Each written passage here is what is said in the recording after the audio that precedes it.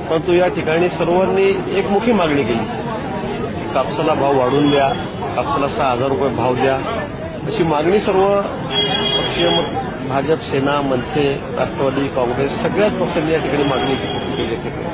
आणि हे ऐकून झाल्यावर मुख्यमंत्र्यांनी कुठलाही निर्णय दिला नाही, विचार करू आणि नंतर सांगतो असं म्हणून त्यांनी फक्त वेळ मारून दिलेली आहे. मला वाटतं कापूस उत्पादक शेतकऱ्यांची हे शासन थट्टा करत आहे.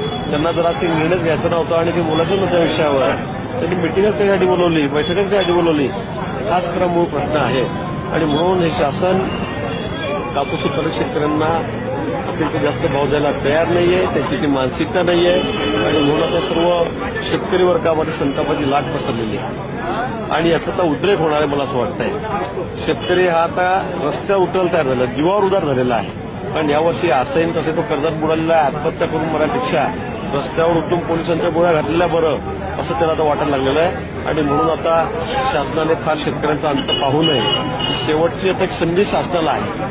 जर अजूनही जर 2 दिवसामध्ये जर त्यांनी कुठला निर्णय घेतला नाही तर या ठिकाणी या सर्व शेतकरी, कापूस उत्पादक शेतकरी रस्त्यावर उतरेल आणि सरकारला पळ करून सोडेल.